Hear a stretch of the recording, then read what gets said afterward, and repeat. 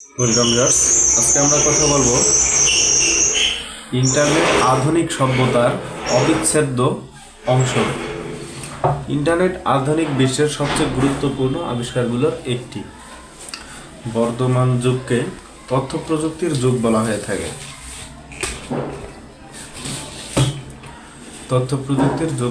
থাকে। এই যুগের কেন্দ্রবিন্দু হলো ইন্টারনেট, অর্থাৎ ইন্টারনেট আমাদের জীবনযাত্রার শিক্ষা, যোগাযোগ, ব্যবসা, চিকিৎসা, বিনোদন সব কিছুকেই আমূল পরিবর্তন করে দিয়েছে।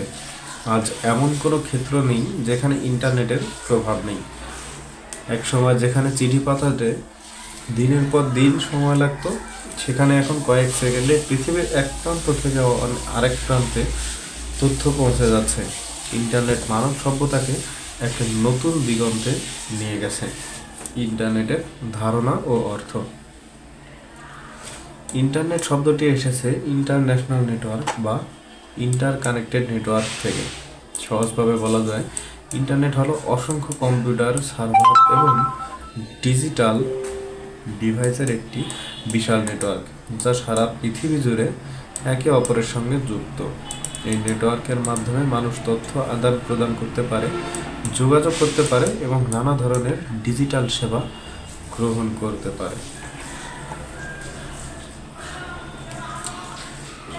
ইন্টারনেট আধুনিক বিশ্বের সবচেয়ে গুরুত্বপূর্ণ আবিষ্কারগুলোর একটি।